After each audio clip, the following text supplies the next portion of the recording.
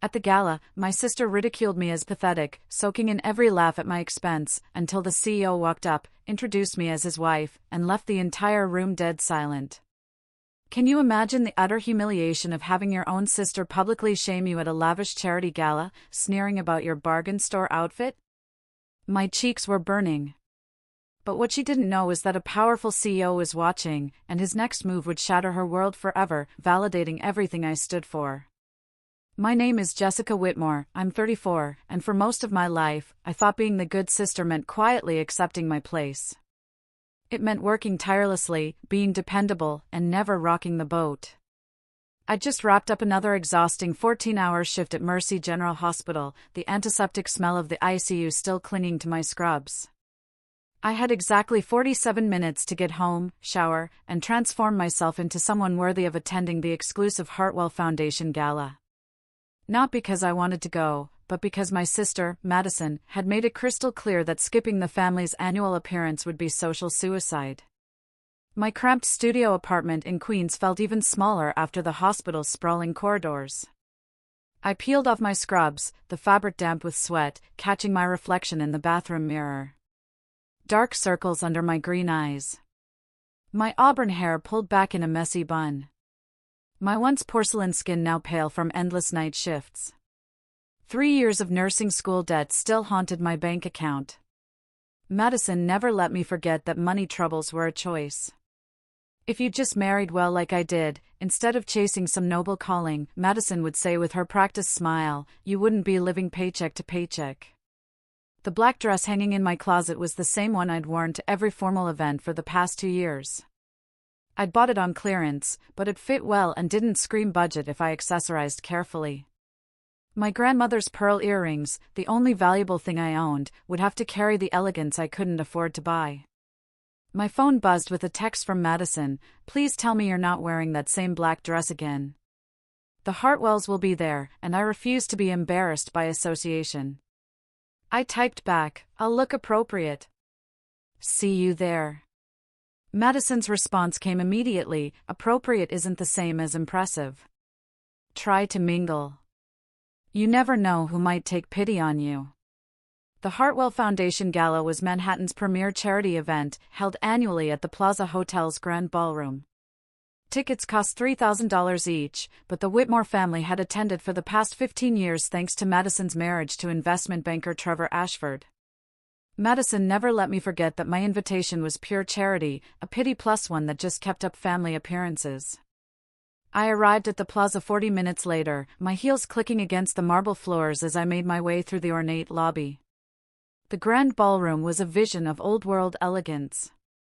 Crystal chandeliers cast warm light over tables draped in cream silk, centerpieces of white orchids and baby's breath, and a string quartet playing soft classical melodies in the corner.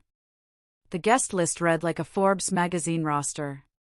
Tech moguls mingled with real estate tycoons, pharmaceutical titans chatted with oil company executives, and fashion designers with media conglomerates. I recognized faces from magazine covers and business journals, people whose net worth exceeded the GDP of small countries. I spotted Madison immediately. My sister commanded attention in an emerald green Valentino gown, her platinum blonde hair swept into an elegant chignon, diamonds glittering at her throat and wrists. Trevor stood beside her in a perfectly tailored tuxedo, his Harvard Business School smile firmly in place as he regaled a small group with what was undoubtedly another story about his latest acquisition. Madison's eyes found me across the room, and even from a distance, I could see her expression shift from polite socialite charm to barely concealed disappointment. Madison excused herself from her group and glided over, champagne flute in hand. Jessica, darling. Her voice dripped with false warmth as she air-kissed both of my cheeks. You made it, and you're wearing that dress again. It's a classic style, I replied evenly, refusing to take the bait. Classic? Madison's laugh was musical but sharp. That's one way to put it. Come, let me introduce you around, though I'm not sure what we'll say you do. This is my sister, she wipes up bodily fluids for a living. Doesn't exactly flow off the tongue. My jaw tightened. I'm a registered nurse in the cardiac intensive care unit. I save lives. How noble. Madison's tone suggested it was anything but. Though I notice it hasn't saved your bank account. Before I could respond, Madison was already steering me toward a cluster of women near the silent auction tables. The group was discussing vacation homes in the Hamptons and which private schools had the best college placement rates, conversations that might as well have been in a foreign language for all I could contribute. "Ladies, I'd like you to meet my sister, Jessica," Madison announced. "She works in healthcare." Mrs. Peton, wife of a pharmaceutical CEO, smiled politely. "How wonderful. Are you a doctor?" "I'm a nurse," I said, keeping my voice steady. The temperature in the group seemed to drop several degrees. Mrs. Peton's smile became strained. "How admirable. Such important work." I recognized the tone, the same one people used when discussing charitable causes they'd never personally touch.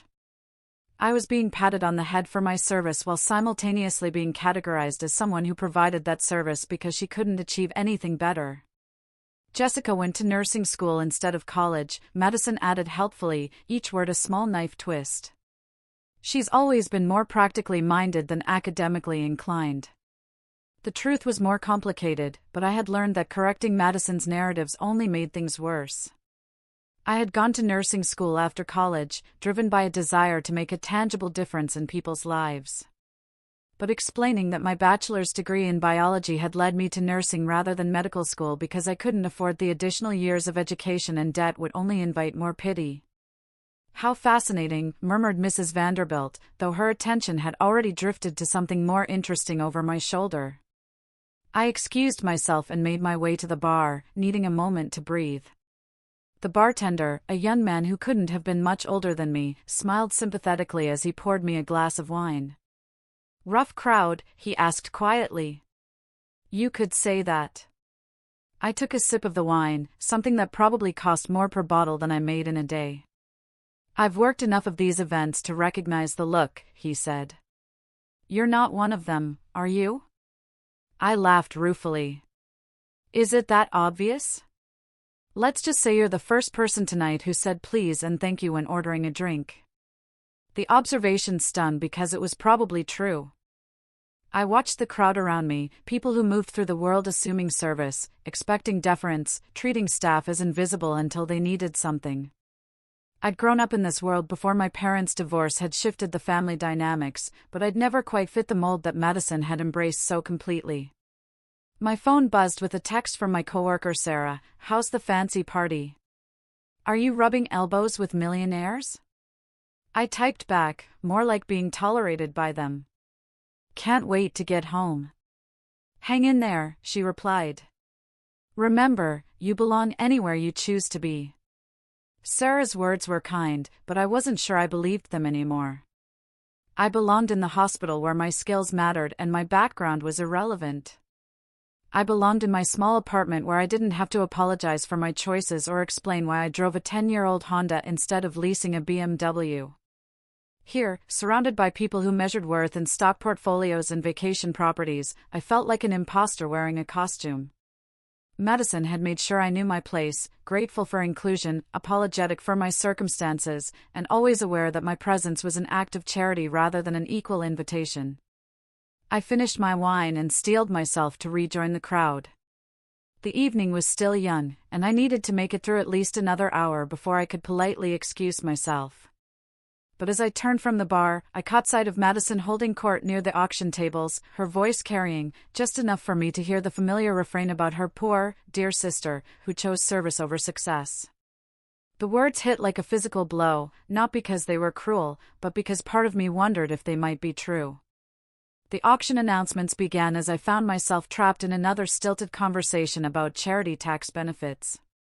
I nodded politely while Mrs. Blackwell explained how donating art to museums was really quite strategic from a financial planning perspective, though I suspected the woman had never set foot in a public museum. "Jessica." Madison's voice cut through the conversation like a blade. "Come here. There's someone I want you to meet." I excused myself and followed Madison toward a distinguished older man in an impeccably tailored suit. His silver hair was perfectly styled, and his bearing suggested someone accustomed to commanding rooms. "Jessica, this is Harold Patton, CEO of Patton Pharmaceuticals," Madison announced with the pride of someone presenting a prize. "Harold, this is my sister, Jessica. She works at Mercy General." Harold's handshake was firm but brief. "Ah, a healthcare professional. We always appreciate feedback from the front lines. Tell me, what do you think of our new cardiac medication protocols?" I blinked, recognizing an opportunity to actually contribute something meaningful to the conversation. "Well, the recent trials for ACE inhibitor combinations have shown promising results, though we've noticed some patients experience more side effects than anticipated with the higher dosages." "How fascinating," Harold interrupted, though his tone suggested it was anything but. "Madison, didn't you mention your sister was in nursing?" "I was hoping to speak with a physician about clinical outcomes." The dismissal was swift and surgical. I felt my cheeks burn as Madison's smile grew strained. "Yes, Jessica is a nurse," Madison said quickly.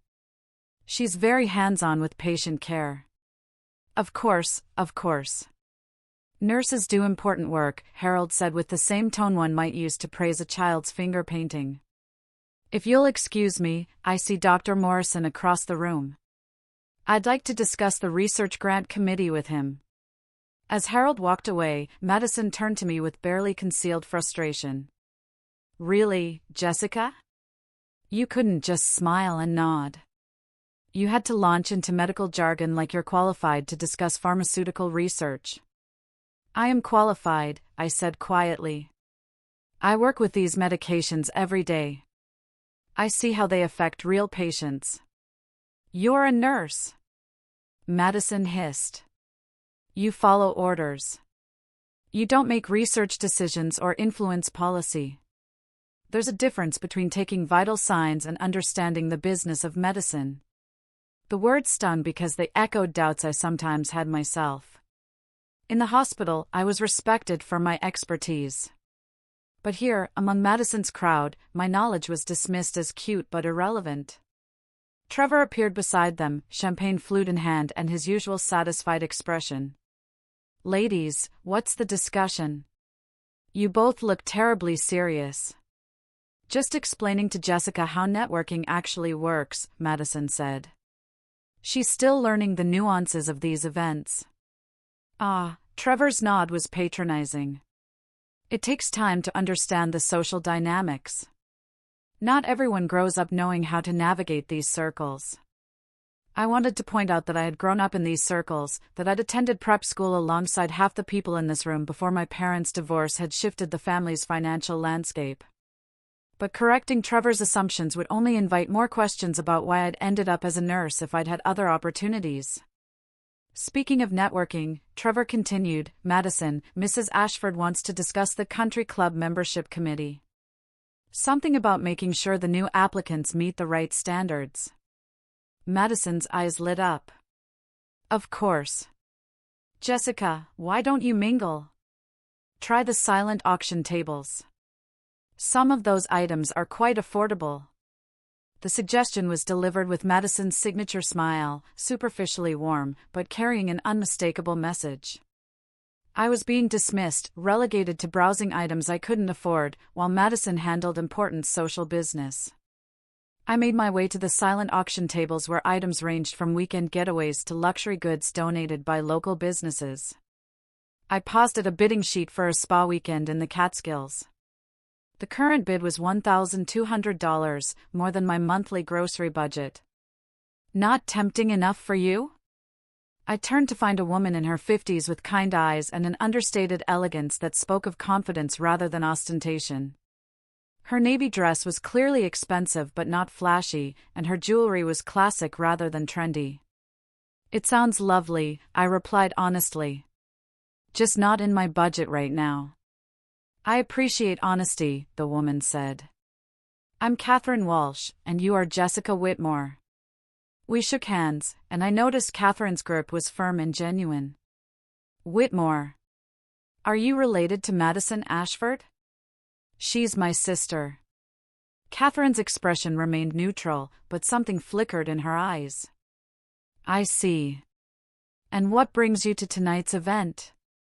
Family obligation, I said, then immediately regretted my candor.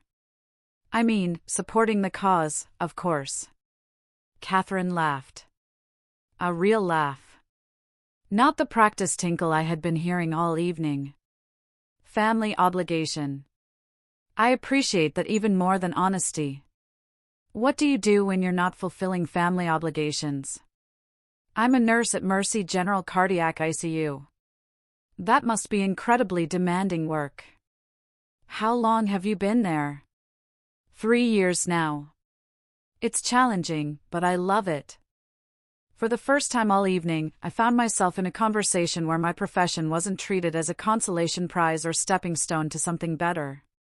Catherine asked thoughtful questions about the challenges of cardiac care, the impact of healthcare policy changes, and the emotional toll of working with critically ill patients. Our conversation was interrupted by Madison's approach. Her smile bright, but her eyes calculating. Jessica, there you are. I see you've met Catherine. Madison's tone was carefully modulated, suggesting she knew exactly who Catherine was and was recalibrating her approach accordingly. Yes, we were just discussing Jessica's work, Catherine said pleasantly. She's clearly passionate about patient care. Oh yes, Jessica has always been very dedicated to helping people, Madison said. Though we keep telling her she could do so much more with her background. She has a bachelor's degree, you know. She could easily transition into healthcare administration or pharmaceutical sales, something with more growth potential. I felt the familiar shame creep up my neck. Madison had perfected the art of the backhanded compliment, managing to simultaneously praise and diminish in the same breath. More growth potential than saving lives? Catherine asked, her tone remaining pleasant, but with an edge that made Madison's smile falter slightly. Well, of course, the work is meaningful, Madison backtracked. I just mean financially. Jessica struggles quite a bit, and we worry about her future. She's getting older, and nursing is such physically demanding work. We'd hate to see her unable to support herself later in life. The conversation had taken a familiar turn, Madison positioning herself as the concerned older sister, worried about Jessica's poor life choices. It was a narrative Madison had perfected over the years, casting my career as noble but naive, and herself as the practical voice of reason. I should check on Trevor, Madison continued. Catherine, it was lovely seeing you again. Jessica, try to enjoy yourself, and please don't monopolize people's time with work stories. Not everyone finds medical details as fascinating as you do. As Madison glided away, I felt the familiar mixture of embarrassment and anger. My sister had managed to make my passionate discussion of my work sound like tedious shop talk, suggesting that I was too self-absorbed to realize I was boring people. Your sister certainly has strong opinions about your career choices, Catherine observed carefully. Madison means well, I said automatically, though the words felt hollow. She just worries that I'm not living up to my potential. And what do you think your potential is? The question caught me off guard. No one ever asked what I thought about my own potential. They simply told me what it should be.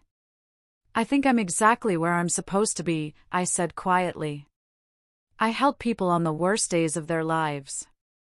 I hold hands with scared patients and explain procedures in terms they can understand. I catch medication errors and advocate for pain management and comfort families who are watching their loved ones struggle. That feels like potential fulfilled to me. Catherine smiled. The first completely genuine smile I had received all evening. It sounds like it to me, too. Our conversation was interrupted by the evening's master of ceremonies taking the stage to announce the auction winners and thank the major donors. I used the distraction to slip away from the crowd, needing a moment to collect myself before the evening's final social gauntlet. I found myself in a quiet alcove near the hotel's grand staircase. Away from the ballroom's glittering crowd, the sounds of laughter and conversation felt distant, and for the first time in hours, I could breathe without feeling like I was performing. My phone buzzed with a text from my charge nurse, "Hope you're having fun at your fancy party." Try not to think about work for one night. I smiled ruefully. If only I could explain that work was the one topic that had made me feel human tonight. At the hospital, I was respected for my knowledge and valued for my skills. Here, I was a curiosity at best, a charity case at worst. I was about to return to the ballroom when my phone rang. The caller ID made my heart skip, Mercy General's main number. This is Jessica. Jessica, it's Dr. Martinez. I know you're at an event tonight, but we have a situation. The patient in bed 7, Mr. Harrison, his condition deteriorated rapidly. His family is asking for you specifically. They say you're the only one who's been able to calm him during his episodes. I closed my eyes, feeling the pull between obligation and duty. What's his status? Stable for now, but scared. The new night nurse is competent, but he keeps asking for the red-haired nurse who explains things. His daughter drove up from Virginia when she heard he was asking for you. In the ballroom behind me, I could hear Madison's laughter rising above the crowd, probably regaling someone with another story about her sister's quaint career choices. I thought about Mr. Harrison, a retired teacher who'd suffered a massive heart attack and been in the ICU for 2 weeks. He'd told me about his garden and shown me pictures of his grandchildren. And I'd held his hand during the scariest moments of his recovery. I'll be there in 40 minutes, I said. Are you sure? I know tonight was important. This is more important. As I gathered my purse and prepared to leave, I caught sight of myself in the hallway mirror. I looked exactly like what I was, a woman in an affordable dress, wearing her grandmother's pearls, about to leave a society gala to go comfort a frightened patient. For the first time all evening, I felt proud of my reflection. I slipped out of the Plaza Hotel into the crisp Manhattan evening, my heels clicking against the sidewalk as I hurried toward the subway. The transition from the gala's opulent warmth to the city's harsh fluorescent lighting felt like stepping between two different worlds, one where I was barely tolerated, and another where I was genuinely needed. The subway ride to Mercy General gave me time to decompress from the evening's social minefield. I changed out of my dress in the hospital locker room, pulling on fresh scrubs that felt more like armor than the elegant gown ever had. When I stepped into the ICU, the familiar sounds of monitors beeping and ventilators humming welcomed me home. Thank God you're here, said Maria Santos, the night nurse who'd been covering my patients. Mr. Harrison's been asking for you every 10 minutes. His daughter's been pacing the waiting room since she arrived from Virginia. I found Thomas Harrison in bed 7, his weathered hands gripping the bed rails as he struggled with anxiety despite the sedatives. At 73, the retired high school English teacher had suffered a massive myocardial infarction that had left his heart severely damaged. His recovery would be long and uncertain, but his spirit remained strong when he wasn't overwhelmed by fear. Mr. Harrison, I'm here, I said softly, placing my hand over his. How are you feeling? His eyes opened, focusing on my face with visible relief. Jessica, thank heavens. I was having those dreams again, the ones where I can't breathe. The other nurse, she's very nice, but she doesn't explain things the way you do. I spent the next hour with Mr. Harrison and his daughter, Linda, explaining the latest test results and medication adjustments in terms they could understand. I showed them how to read the monitor displays, what the different alarm sounds meant, and why certain procedures were necessary. By the time I left his room, both father and daughter were visibly calmer. How do you do that? Linda asked as we walked toward the elevator. I've been terrified for 2 weeks, and you just made everything make sense. It's about translation, I explained. Medical terminology can sound scary when you don't understand it. Your father's heart is damaged, but it's also healing. The monitors that seem frightening are actually keeping track of his progress. Linda hugged me unexpectedly. Thank you. Not just for tonight, but for the past 2 weeks. Dad talks about you constantly. He says, you're the only one who treats him like a person instead of a condition. As I drove home at 2 a.m, I reflected on the contrast between my evening's 2 halves. At the gala, my medical knowledge had been dismissed as irrelevant shop talk. Here, that same knowledge had provided comfort and understanding to a frightened family. My phone buzzed with a series of texts that had accumulated during my hospital visit. The first was from Madison. "Where did you disappear to? Trevor said he saw you leaving early. Very rude to sneak out without saying goodbye." The second was from an unknown number. "Jessica, this is Catherine Walsh from tonight's event. I hope you don't mind, I got your number from the Hartwell Foundation's contact list. Would you be interested in coffee this week? I'd like to continue our conversation about healthcare advocacy."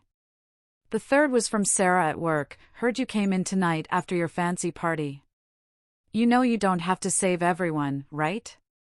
Though I'm glad you were here for the Harrisons." I smiled at Sarah's message. My coworker understood something that Madison never would, that choosing to care for others wasn't a weakness, it was my strength. The following morning brought an unexpected phone call that would shift the foundation of my carefully ordered world. I was making coffee in my small kitchen when my phone rang, displaying a number I recognized from my past but hadn't seen in months. "Jessica, it's Jonathan Mitchell from Hamilton, Mitchell & Associates." Jonathan had been my father's attorney before the divorce, and hearing his voice brought back memories of heated conference room meetings and asset division spreadsheets. I'd assumed our family's legal business had concluded years ago. "Jonathan, hello.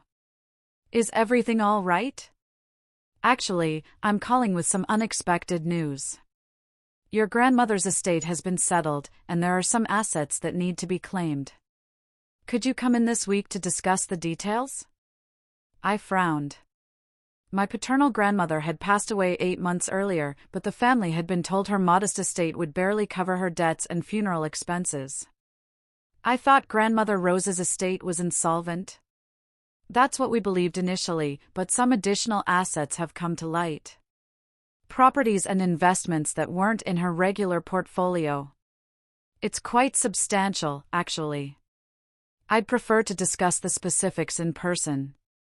After arranging to meet Jonathan on Thursday afternoon, I spent the rest of the week puzzling over the mysterious inheritance. Grandmother Rose had lived modestly in a small apartment in Brooklyn, surviving on Social Security and a tiny pension from her decades as a public school librarian. The idea that she'd possessed hidden wealth seemed impossible. Thursday's meeting at the law office provided answers that raised even more questions.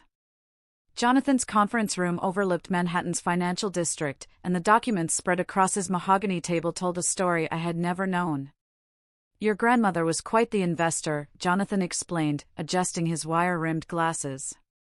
She'd been purchasing real estate and blue-chip stocks for decades, but kept the investments in separate accounts under her maiden name. She lived frugally to maximize her purchasing power, and the compound growth has been remarkable. The numbers on the portfolio statements made my hands shake. Real estate holdings in Brooklyn and Queens worth millions. Stock investments that had appreciated dramatically over 30 years. Municipal bonds and certificates of deposit that provided steady income streams. Why didn't anyone know about this? I asked, still staring at the figures. Your grandmother was very private about her finances. She made it clear that she wanted her wealth to remain secret until after her death. Apparently, she'd seen how money changed family dynamics and preferred to maintain her modest lifestyle. Jonathan pulled out a sealed envelope marked with my name in her grandmother's careful handwriting. She left specific instructions about the inheritance distribution. Your parents and Madison receive modest amounts, enough to be meaningful, but not life-changing. But the bulk of the estate goes to you. My hands trembled as I opened the envelope and read my grandmother's letter. My dearest Jessica, if you're reading this, then my secret has finally been revealed. I've watched you choose a path of service over profit, compassion over convenience, and integrity over advantage. While others in our family have sought wealth and status, you've built a life around caring for others. This inheritance isn't a reward for your choices. It's a tool to help you continue making them freely. Use this gift to support the work you love without the financial pressures that might force you to compromise your values. Your commitment to healing others has always made me proud. Now you can heal others from a position of strength rather than struggle. All my love, Grandmother Rose. The legal paperwork would take weeks to finalize. But Jonathan explained that I could begin accessing funds immediately for living expenses and debt payoff. The inheritance included enough money to eliminate my student loans, purchase a home, and live comfortably while continuing my nursing career. As I walked back to the subway, my mind reeled with possibilities. I could pay off my debts and buy a larger apartment. I could reduce my overtime shifts and focus on patient care without worrying about bills. I could even pursue additional certifications or advanced degrees without financial stress. But more immediately, I realized this inheritance changed the fundamental dynamic with Madison. My sister's condescending concern about my financial future was now irrelevant. The poor dear sister narrative that Madison had crafted would need significant revision. I decided to keep the inheritance quiet for now, wanting time to process the implications before dealing with family reactions. I'd learned from my grandmother's example that privacy about money could be valuable, especially when navigating complicated family relationships. That evening, I received another text from Catherine Walsh. I hope you'll consider my coffee invitation. I have a proposition that might interest you. Something related to healthcare advocacy and policy reform. Your insights could be valuable to some important conversations happening in the city. I stared at the message, wondering if Catherine somehow knew about the inheritance, or if this was simply coincidence. Either way, the timing felt significant. For the first time in years, I had options beyond simply surviving paycheck to paycheck. I typed back, I'd love to meet for coffee. How about Saturday morning? Catherine's response came quickly, perfect. There's a quiet place on the Upper East Side called Meridian Cafe. 10 a.m. And Jessica, wear something comfortable. We'll have a lot to discuss. As I prepared for bed that night, I caught sight of myself in the bathroom mirror. I looked the same as always, tired from my shift, hair pulled back in a practical ponytail, face free of makeup. But something in my eyes had changed. For the first time in years, I wasn't looking at a woman barely staying afloat. I was looking at someone with choices. The inheritance wouldn't change who I was or what I valued, but it would change how others perceived me once they knew about it. The question was when and how to reveal this new reality, especially to Madison, who had built her entire relationship with me around the assumption of financial superiority. I smiled at my reflection, remembering my grandmother's words about healing from a position of strength. Tomorrow, I would continue caring for patients as I always had. But now I did so knowing that my service was a choice made freely, not a necessity born of limited options. The foundation of my world had shifted, even if no one else knew it yet. Saturday morning arrived with an unexpected snowfall that transformed Manhattan's harsh edges into something softer and more forgiving. I stood outside Meridian Cafe on East 78th Street, studying the elegant establishment through frosted windows. Unlike the corporate coffee chain I usually frequented, this place exuded understated luxury, leather banquettes, fresh flowers on each table, and waitstaff who moved with the quiet efficiency of those serving a discerning clientele. Catherine Walsh was already seated at a corner table, dressed in a cream cashmere sweater and tailored slacks that spoke of quality without ostentation. She smiled warmly as I approached, rising to offer a genuine embrace rather than the air kisses that had been my recent social currency. "I'm so glad you could make it," Catherine said, gesturing for me to sit. I took the liberty of ordering their signature blend. "It's exceptional."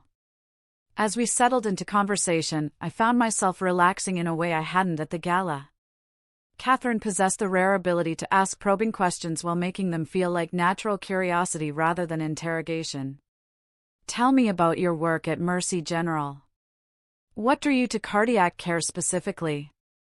I described my rotation through different units during nursing school, how I'd found myself gravitating toward the ICU despite its emotional intensity. I explained the satisfaction of seeing patients progress from critical condition to recovery, the privilege of supporting families during their most vulnerable moments. "It sounds like you found your calling," Catherine observed. "That's rarer than people imagine, especially in healthcare where burnout is so common." I have colleagues who've switched to administrative roles or pharmaceutical sales for better work-life balance, I admitted. Sometimes I wonder if I'm being stubborn by staying in direct patient care. Catherine leaned forward slightly. What do you think drives that doubt? External pressure or internal questioning? The question struck deeper than I had expected. Probably both. My family thinks I'm limiting myself financially. They see nursing as a stepping stone rather than a destination. And what do you see it as? Home, I said without hesitation. It's where I belong. Catherine nodded thoughtfully. That's actually why I wanted to meet with you. Your perspective on healthcare, seeing it from the ground level, understanding both the clinical and emotional aspects, that's invaluable insight that's often missing from policy discussions. She explained that she served on the board of the Metropolitan Healthcare Initiative, a nonprofit organization focused on healthcare access and quality improvement. They were launching a new advocacy program that would bring frontline healthcare workers into policy conversations with legislators and healthcare executives. We need voices like yours, Catherine continued. People who can translate the real-world impact of policy decisions, who understand how legislation affects actual patient care. I felt a familiar stirring of interest, the same feeling I'd had when first discovering my passion for nursing. What would that involvement look like? Initially, participating in roundtables with state legislators about healthcare funding, eventually perhaps testifying before committees or speaking at healthcare conferences. We'd provide training on policy advocacy and public speaking. The opportunity felt like a perfect intersection of my clinical expertise and my desire to create broader change, but I hesitated, thinking of Madison's dismissive comments about staying in her lane. I'm not sure I have the credentials for that level of involvement, I said carefully. Catherine's eyebrows rose. You have 3 years of intensive care experience, a bachelor's degree, and first-hand knowledge of how healthcare policies affect vulnerable populations. What credentials do you think you're missing? Well, I'm not a doctor or administrator. I don't have an advanced degree in policy or, Jessica, Catherine interrupted gently. Who told you that your experience isn't valuable enough? The question hung in the air between them. I realized I'd internalized Madison's narrative so completely that I'd begun to believe it myself. My sister's constant suggestions that I aim higher had actually convinced me to aim lower, to accept that my current position was somehow insufficient. You're right, I said slowly. I do have valuable perspective, more than valuable, essential. Catherine pulled out a leather portfolio. I'd like you to consider joining our advisory committee. The time commitment is flexible, and we provide compensation for participation in formal events. As Catherine outlined the details, I felt something shifting inside me. This wasn't charity or pity. It was recognition of my expertise and an invitation to use that expertise for broader impact. Our conversation was interrupted by my phone buzzing with an urgent text from Madison, emergency family meeting tonight at Mother's. 7 p.m. Don't be late. I excused myself to respond, wondering what crisis required such dramatic summoning. Madison's follow-up text provided context, Trevor's promotion announcement. Big changes are coming. Need to discuss family dynamics. Everything all right? Catherine asked. I put my phone away. Family obligations, I said with a wry smile. My sister has called an emergency meeting. Ah, the sister from the GALA who seems to have strong opinions about your career. I nodded, remembering Madison's performance at the Hartwell Foundation event. She means well, but we have different perspectives on success. I'm sure you do. Catherine's tone was neutral, but something in her expression suggested she understood more than she was saying. Jessica, before you go, I want to share something with you. I've been involved in healthcare advocacy for 20 years, and I've seen many talented people talk themselves out of opportunities because they didn't think they deserved them. Don't let anyone convince you that your voice doesn't matter. As we parted ways outside the cafe, Catherine handed me a business card with handwritten numbers on the back. My personal cell and home number. Call me when you've had time to think about the advisory committee position. And Jessica, trust your instincts. They've served you well so far. Walking to the subway, I felt energized in a way I hadn't experienced since finishing nursing school. The conversation with Catherine had reminded me that my expertise extended beyond bedside manner. I understood healthcare systems, patient advocacy, and the gap between policy intentions and real-world outcomes. My phone rang as I descended into the subway station. The caller ID showed Mercy General's number. "Jessica, it's Dr. Martinez again. I hate to call you on your day off, but we have a situation that could use your expertise." "What's happening?" "Remember the Harrison family? They're back. Mr. Harrison's daughter, Linda, called this morning asking specifically for you. Her father's been readmitted to Mount Sinai, but she wants him transferred to our cardiac unit. She said he's been asking for his nurse, Jessica, and refusing to cooperate with the staff there." I felt a familiar tug of professional obligation mixed with personal satisfaction. My relationship with patients like Mr. Harrison represented the kind of impact that couldn't be measured in salary figures or social status. "What do you need from me? Could you call Linda directly? Maybe help coordinate the transfer if it's medically appropriate. I know it's your weekend, but send me her number. I'll call her now." As I rode the subway home, I found myself thinking about the contrast between my morning and afternoon. With Catherine, I'd been treated as an expert whose insights were valuable. In a few hours, I'd face Madison's family meeting where my choices would likely be questioned and my potential minimized. The call with Linda Harrison reinforced my sense of professional confidence. Mr. Harrison's condition had deteriorated after a medication error at Mount Sinai, and Linda was desperate to get him transferred to Mercy General's cardiac unit. "He keeps asking for you," Linda explained. "He says you're the only one who makes him feel safe. The doctors here are competent, but they don't communicate the way you do. He's scared and confused, and when he's scared, his heart rate spikes." I spent 20 minutes on the phone with Linda, then called Dr. Martinez to discuss the transfer logistics. By the time I reached my apartment, I'd helped coordinate Mr. Harrison's move to their unit and arranged to check on him during my next shift. As I prepared for the family meeting, I caught my reflection in the bathroom mirror. I looked the same as always, but something had changed. The morning's conversation with Catherine and the afternoon's successful patient advocacy had reminded me of my own competence and value. I thought about the inheritance sitting in legal limbo, the policy advocacy opportunity Catherine had offered, and the respect I commanded in my professional environment. For the first time in years, I wasn't approaching a family gathering from a position of defensiveness. My phone buzzed with another text from Madison, "Bring the good wine if you have any. This is a celebration, not a pity party." I smiled at the message. Madison's assumption that I couldn't afford good wine was about to become one of many misconceptions that would need revision. But tonight wasn't about revelations. It was about observing family dynamics from my new perspective as someone with options rather than obligations.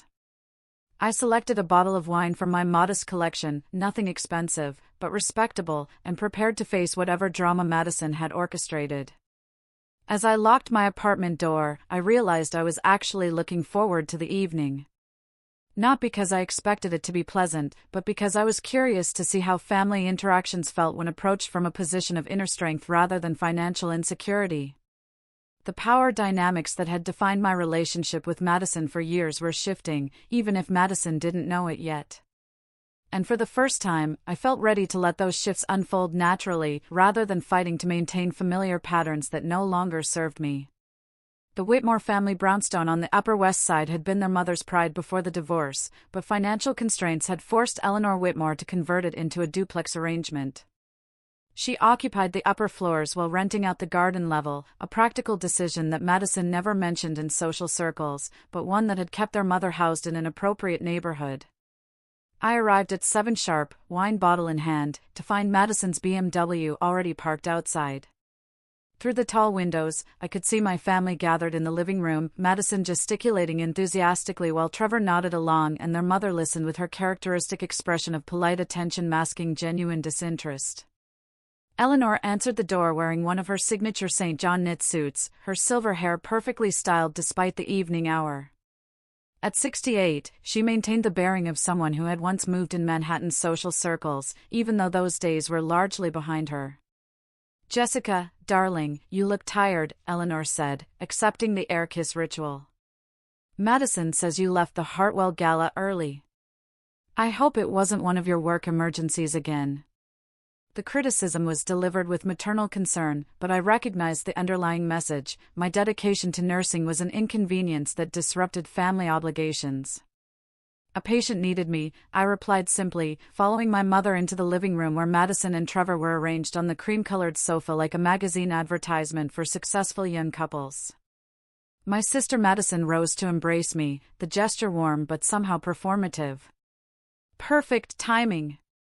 "We have the most exciting news to share." Trevor stood as well, his Harvard Business School smile at full wattage. "Jessica, great to see you." Madison insisted we couldn't make any announcements without the whole family present. I settled into the wingback chair that had been my father's favorite, accepting a glass of white wine from Madison while wondering what drama was about to unfold. In my experience, family meetings called by Madison typically involved either someone else's crisis or Madison's triumph, rarely anything that required my input. "Before we begin," Eleanor said, taking her place in the matching chair across from me, "I want to address what happened at the Hartwell Gala." Madison mentioned there were some social challenges. I felt my stomach tighten. "What kind of challenges?" Madison exchanged a meaningful look with Trevor before turning to me with an expression of sisterly concern. "Darling, I've been thinking about our conversation with Harold Patton, and I realized I may not have prepared you adequately for that level of networking." "Prepared me how?" "Well, discussing medical procedures with pharmaceutical executives isn't really appropriate small talk," Madison explained gently. "I could see Harold becoming uncomfortable when you started talking about clinical trials and patient side effects. It's not the kind of conversation that builds professional relationships." Trevor nodded sagely. "In business, you have to read the room. Know when someone wants to discuss industry matters versus when they're just making polite conversation." I felt the familiar heat of embarrassment rising in my cheeks. But something new accompanied it, a clarity that hadn't been there before. I thought about my conversation with Catherine Walsh, who had found my clinical insights valuable rather than inappropriate. "Actually," I said carefully, "Harold asked me specifically about cardiac medication protocols." I was responding to his question. "Of course, he was being polite," Madison said. "But when someone of his stature asks about your work, they're expecting a brief, modest response, not a detailed analysis of drug efficacy." Eleanor leaned forward slightly. "Jessica, dear, Madison is just trying to help you navigate these situations more successfully. We all want you to make good impressions." The intervention felt coordinated, and I realized this wasn't about Trevor's promotion announcement at all.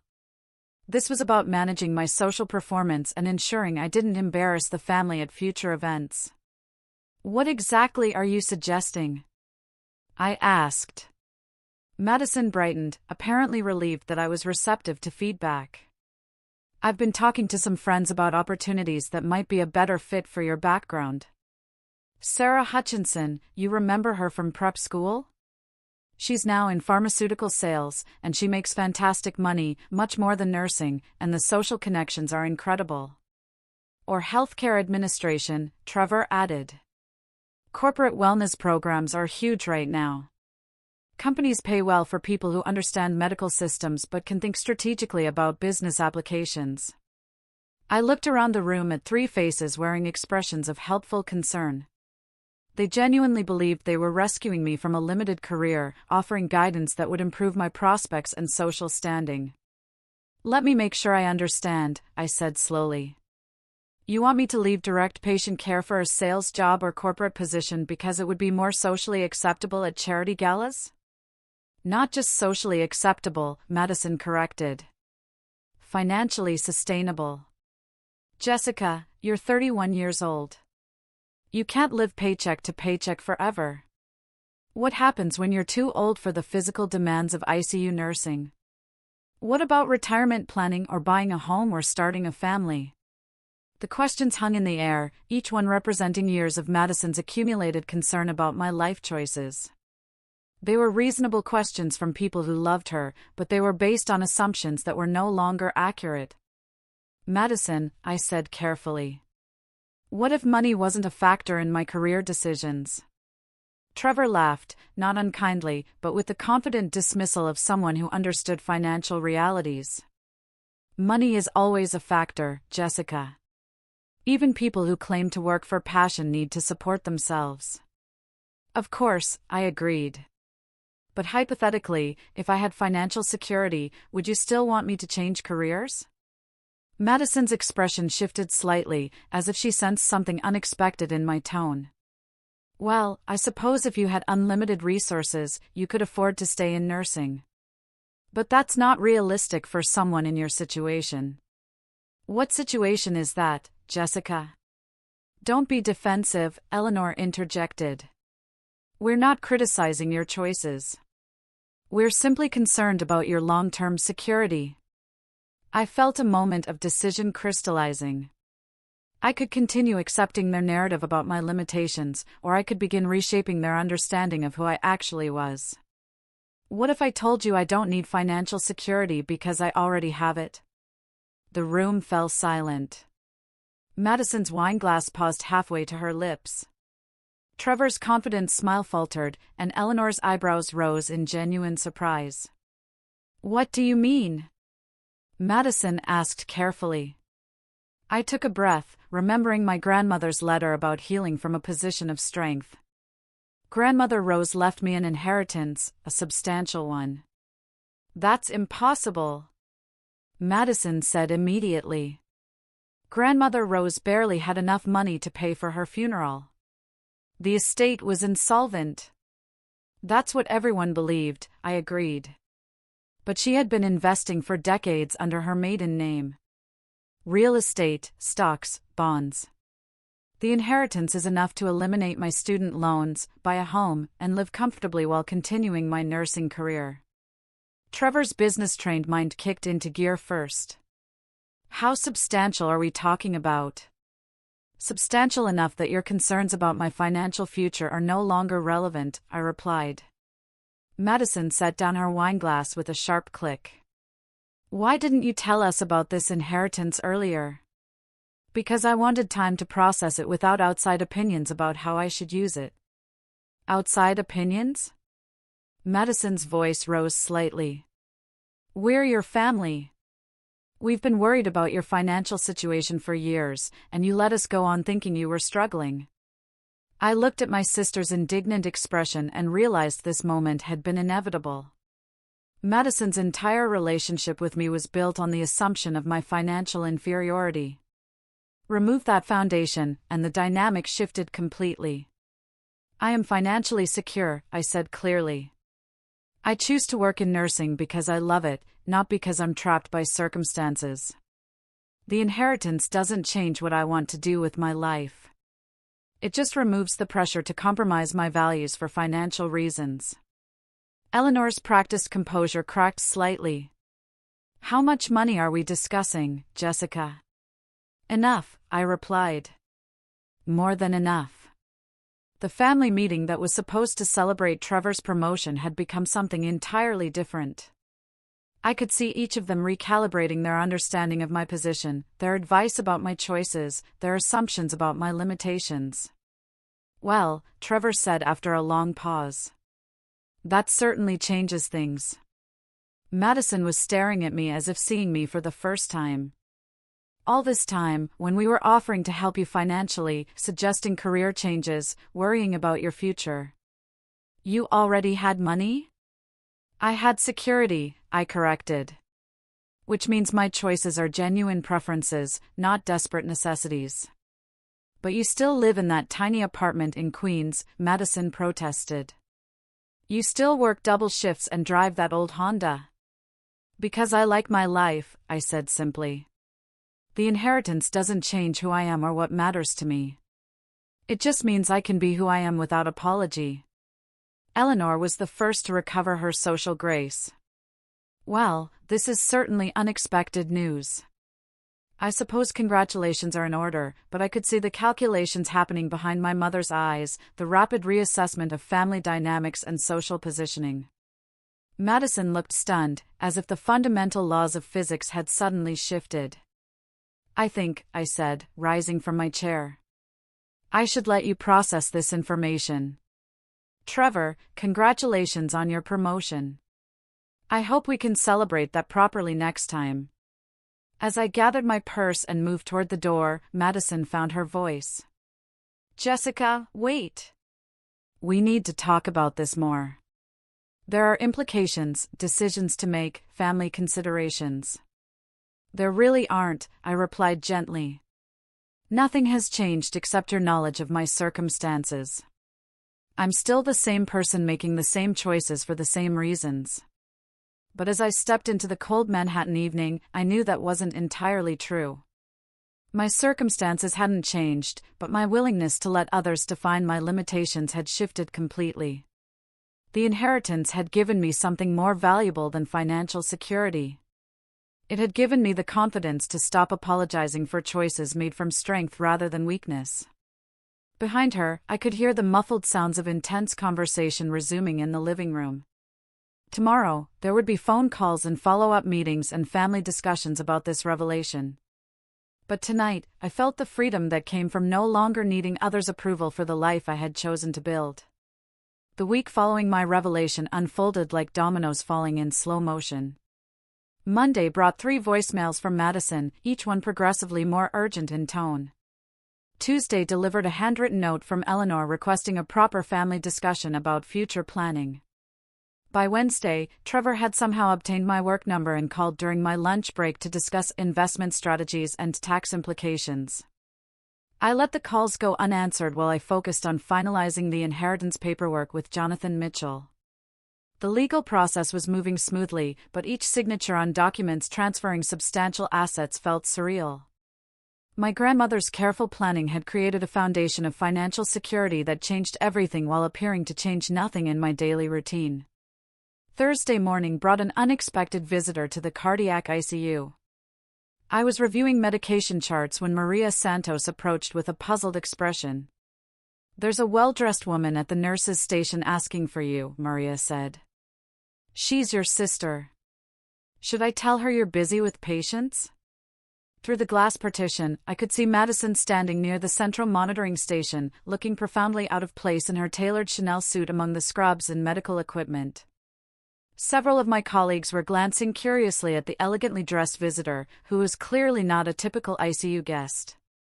"I'll handle it," I said, removing my stethoscope and walking toward the station. Madison's smile was bright but strained as she spotted me approaching. "Surprise! I was in the neighborhood and thought I'd stop by to see where you work." The lie was transparent. Madison's law firm was in Midtown Manhattan, nowhere near Mercy General's location in the Bronx. This was a reconnaissance mission disguised as sisterly concern. "This isn't really a place for social visits," I said quietly, conscious of my colleague's attention. "Patient confidentiality and infection control protocols." "Of course, I understand completely," Madison replied, though her eyes were busy cataloging details of the ICU environment. "I just wanted to to understand your world better, especially now that we know your financial situation has changed." The emphasis on now carried weight, and I realized Madison was struggling to reconcile the inheritance revelation with my continued presence in this demanding, modestly paid profession. "My work hasn't changed," I said simply. "But it could," Madison replied. "That's what I wanted to discuss. With your new resources, you could pursue so many other opportunities: medical school, healthcare administration, even starting your own consulting practice." Dr. Martinez appeared beside us, his expression professionally polite, but clearly questioning the appropriateness of this conversation in a patient care area. "Jessica, I hate to interrupt, but Mrs. Chen in bed 12 is asking for you specifically. Her family has questions about the post-operative care plan." "Of course." I turned to Madison. "I need to go. Patients come first here." Madison's smile faltered slightly. Could we continue this conversation later? Maybe dinner tonight? My treat, naturally. I mean, well, given your situation, perhaps you'd prefer to choose the restaurant. The awkward recalibration of our financial dynamic was painful to watch. Madison was clearly struggling to adjust her approach now that her assumptions about my limitations had been shattered. I'm working a double shift today, I said. Rain check. As Madison left the ICU, I noticed several colleagues exchanging glances. Maria Santos approached with barely concealed curiosity. Your sister seems intense, Maria observed diplomatically. She's adjusting to some recent news, I replied. Then changed the subject to Mrs. Chen's medication schedule. But the visit had planted a seed of awareness among my colleagues that my family dynamics were more complicated than they'd realized. Throughout the rest of my shift, I caught subtle looks and overheard whispered conversations that suggested word was spreading about my well-dressed sister's unexpected appearance. Friday brought a call from Catherine Walsh that provided a welcome contrast to my family's persistence. Jessica, I hope you've had time to consider our discussion about the healthcare advocacy position, Catherine said. I have some exciting developments to share. We arranged to meet at Catherine's office in the Flatiron District, a sleek space that managed to feel both professional and welcoming. Catherine's assistant offered excellent coffee while I settled into a comfortable chair facing floor-to-ceiling windows overlooking Madison Square Park. The Metropolitan Healthcare Initiative Board met yesterday, Catherine began, and I presented your background and perspective.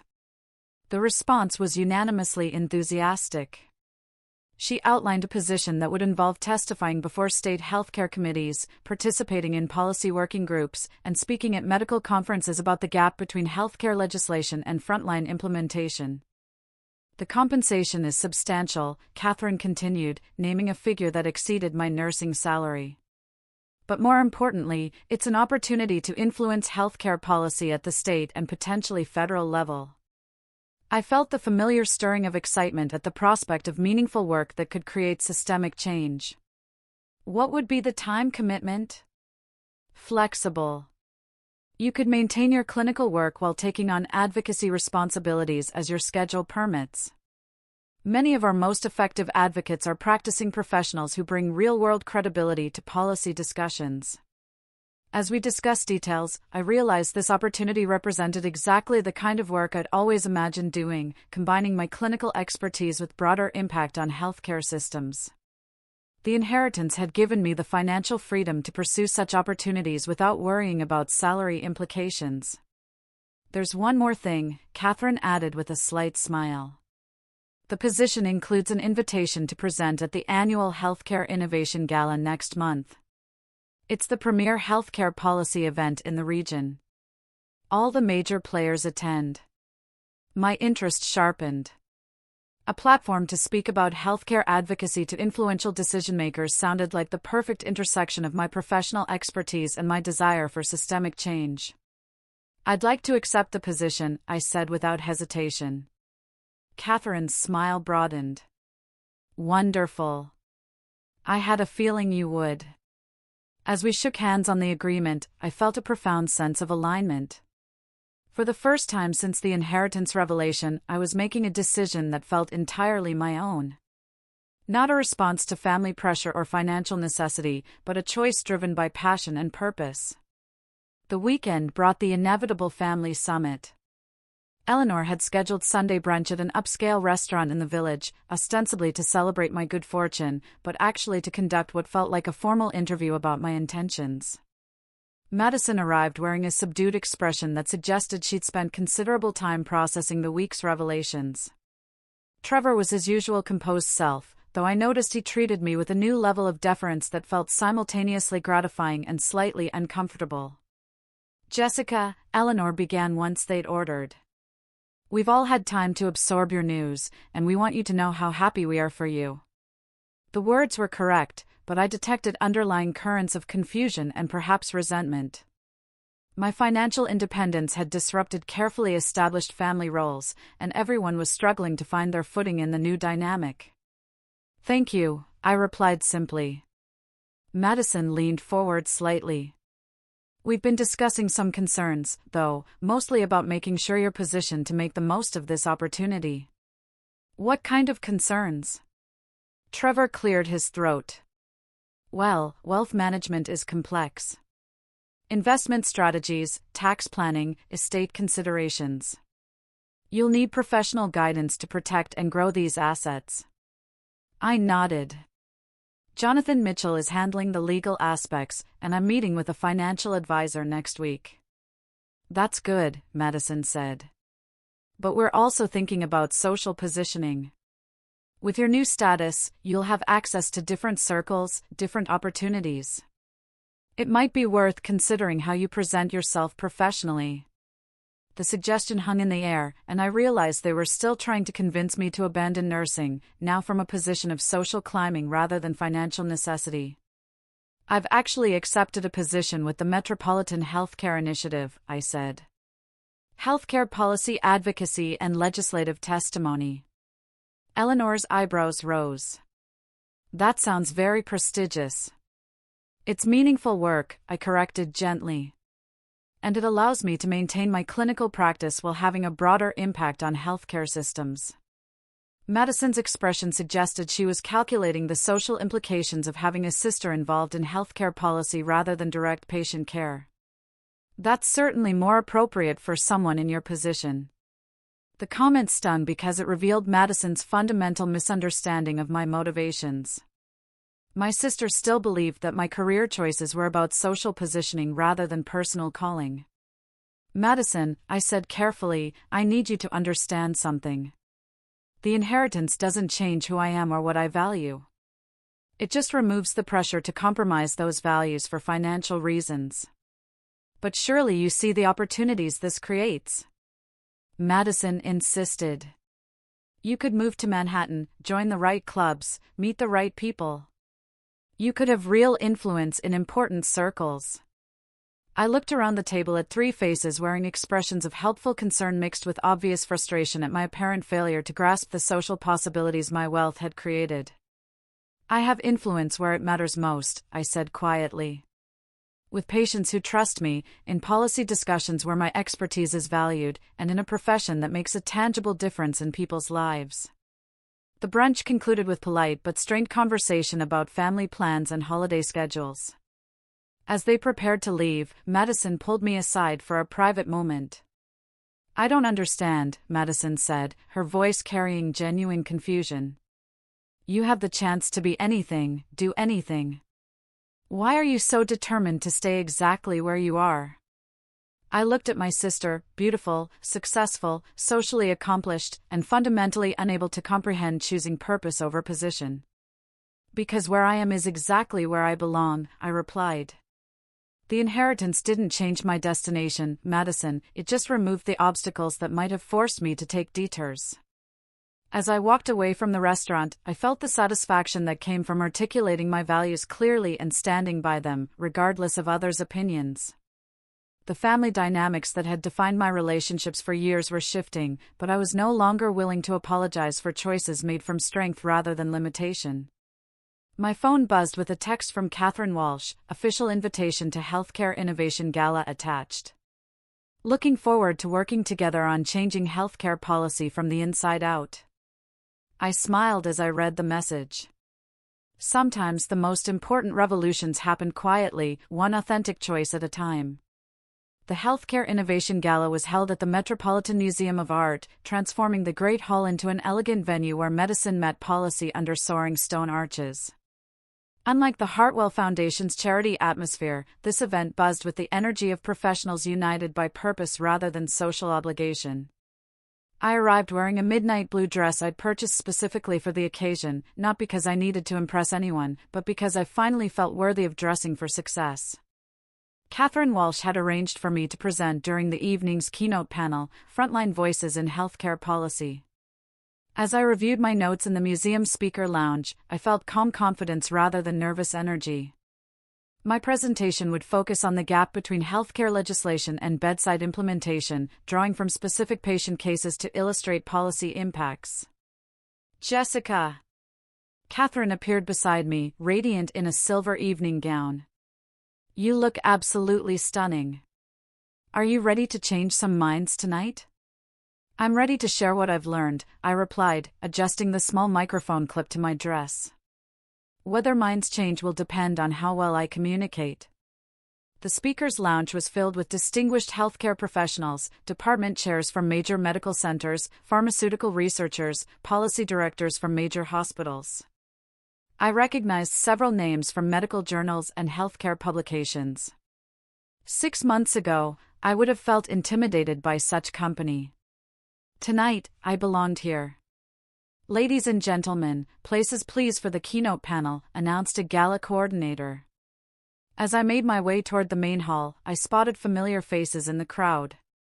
Harold Peton, the pharmaceutical CEO who had dismissed my expertise at the Hartwell Gala, was seated at a prominent table near the front. Mrs. Blackwell and several other socialites from that evening were scattered throughout the audience, attending as board members of various healthcare foundations. And there, at a table near the center of the room, sat Madison and Trevor.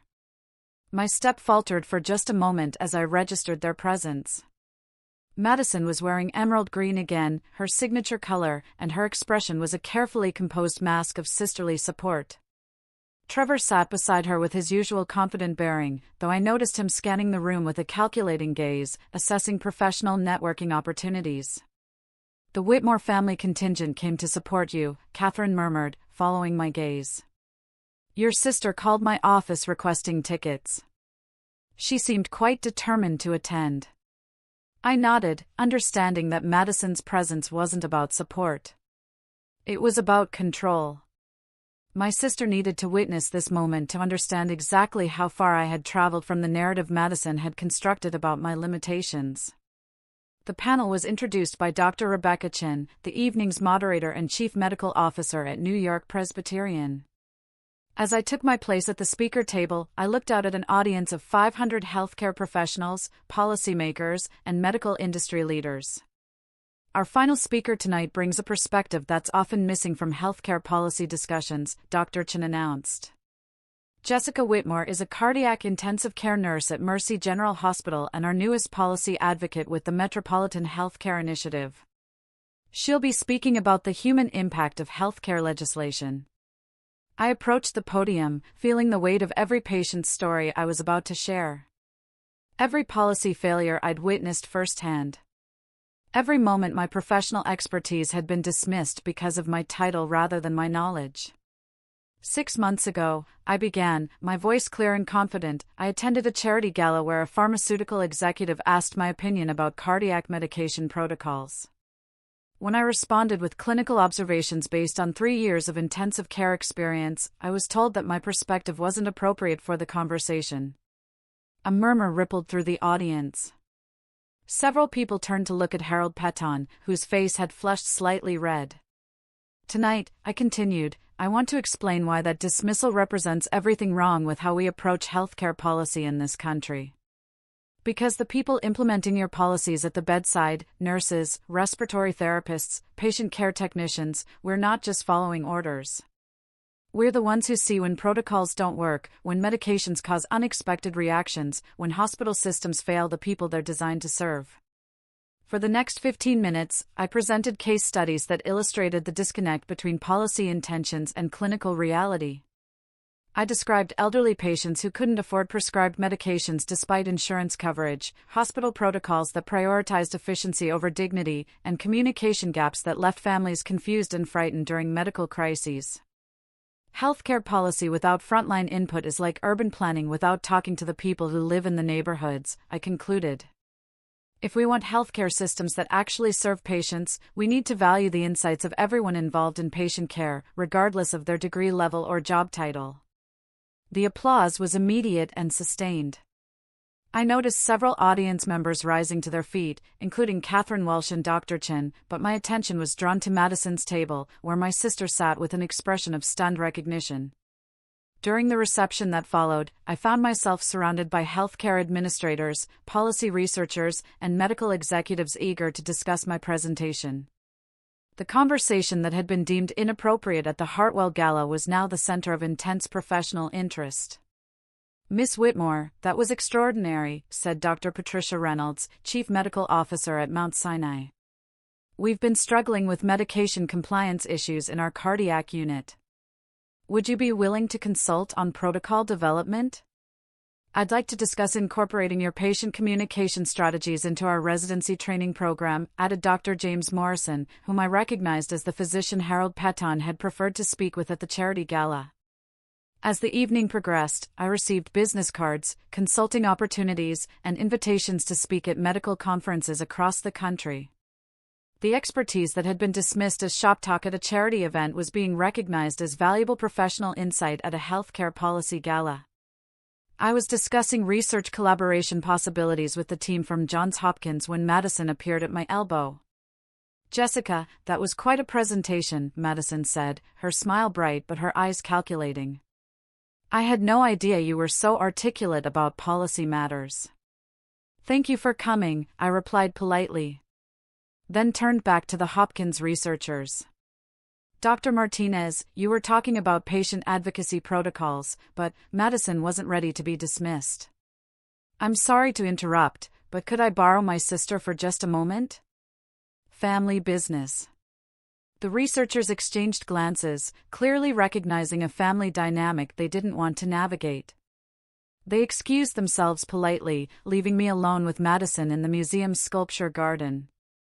That was quite a performance in there, Madison said, her carefully modulated tone carrying undertones I had learned to recognize over the years. It wasn't a performance. It was my professional expertise. Of course, Madison waved dismissively. Though, I have to say, it's interesting how much more confident you've become since your financial situation changed. I looked at my sister, beautiful, accomplished, and still fundamentally unable to accept that my transformation had nothing to do with money and everything to do with finally refusing to apologize for my choices. Madison, my confidence didn't come from inheritance. It came from recognizing that I don't need anyone else's approval to value my own expertise. But surely you can see how tonight validates what we've been telling you. Madison pressed. You clearly have leadership potential, communication skills, and the ability to influence important people. You could transition into healthcare administration, maybe run a hospital system someday. Why limit yourself to bedside nursing when you could have real power? The question revealed everything I now understood about the fundamental difference in our perspectives. Madison saw power as position, influence as hierarchy, success as elevation above rather than impact within. I have real power every day, I said quietly. When I help a frightened patient understand their diagnosis, when I catch a medication error that could have been fatal, when I hold someone's hand during the scariest moment of their life, that's not a limitation, Madison. That's purpose. Madison's expression shifted through confusion, frustration, and something that might have been envy. I don't understand you at all anymore. I know, I replied gently. And that's okay. We don't have to understand each other's choices to respect them. As we returned to the reception, I was approached by a distinguished man in an impeccably tailored tuxedo. He was tall, with silver hair, and carried himself with the quiet confidence of someone accustomed to command. Miss Whitmore, I'm Anthony Richardson, CEO of Richardson Enterprises. I wanted to personally thank you for tonight's presentation. I shook his hand, noting the genuine warmth in his expression. Thank you for attending. I hope the healthcare policy perspective was useful. More than useful, transformative. Anthony's smile was engaging and entirely focused on me. I've been looking for someone with your combination of clinical expertise and policy insight to lead our corporate wellness initiative. Would you be interested in discussing a partnership? As we talked, I became aware that our conversation was drawing attention from other gala attendees. Anthony Richardson was clearly someone whose presence commanded respect in this room, and his obvious interest in my work was being noted by everyone around them. I'd be very interested in exploring a collaboration, I said. Healthcare policy needs more corporate engagement to be effective. Wonderful. Perhaps we could continue this conversation over dinner next week? The invitation was professional, but carried undertones that suggested Anthony's interest extended beyond my policy expertise. I found myself intrigued by both the professional opportunity and the man offering it. "I'd like that very much." As Anthony handed her his business card, I caught sight of Madison's expression across the room. My sister was staring at them with undisguised shock, clearly recognizing Anthony Richardson's prominence and struggling to process this latest development in my rapidly evolving social position. The evening concluded with me surrounded by new professional contacts, speaking opportunities, and the beginnings of what felt like a significant personal connection. As I gathered my things to leave, Catherine Walsh approached with a satisfied smile. "I think we can safely say this evening exceeded all expectations," Catherine said. "How does it feel to be the most sought-after healthcare policy advocate in New York?" I laughed, feeling lighter than I had in years. "It feels like I'm finally where I belong." As I walked out of the Metropolitan Museum into the Manhattan evening, my phone buzzed with a text from Anthony Richardson. "Thank you for an inspiring evening. Looking forward to our dinner conversation, Anthony." I smiled as I read the message, then noticed Madison approaching from across the street where Trevor was retrieving their car from valet parking. "Jessica," Madison called, hurrying over in her high heels. "Wait, we need to talk." "About what?" Madison's carefully composed expression had cracked, revealing genuine confusion and perhaps the first authentic emotion I had seen from her sister in years. "About everything," Madison said helplessly. "About who you are, what you want, what this all means. 6 months ago, you were my little sister who needed guidance and financial support. Tonight, you're being courted by Anthony Richardson and commanding standing ovations from medical professionals. I don't understand how this happened." I looked at my sister, still beautiful, still accomplished, still fundamentally unable to grasp that my transformation had been years in the making and had nothing to do with external validation. "It happened because I stopped pretending to be smaller than I am," I said simply. "The inheritance didn't change me, Madison. It just removed the fear that kept me from being myself fully." As Trevor pulled up in their BMW, Madison paused at the car door. "Will you call me? Can we talk properly about all this?" "Of course," I replied. "But Madison, the next time we talk, it needs to be as equals. Not as the successful sister and the struggling one, but as two women who've made different choices for different reasons." Madison nodded slowly, and for the first time, I saw genuine respect in her sister's eyes rather than condescending concern. As I walked toward the subway, my phone buzzing with congratulations and a follow-up text from Anthony, I realized that tonight marked not just a professional triumph, but the completion of a journey that had begun with my grandmother's inheritance and ended with something far more valuable than money, the unshakable knowledge of my own worth. The young woman who had been dismissed at a charity gala for sharing her medical expertise was now being courted by healthcare leaders across the country. But more importantly, she was finally free to be exactly who she had always been, a healer, an advocate, and a woman who measured success not by social position, but by the lives she touched and the systems she helped improve. As the subway carried me home to Queens, I smiled at my reflection in the dark window. Tomorrow, I would return to the cardiac ICU where my patients were waiting, but I would return as someone who no longer apologized for the life she had chosen to build. Have you ever had a moment where you realized your family's perception of you was completely wrong, and you finally found the courage to challenge it? How did it feel? Let me know in the comments below. I really want to hear your stories.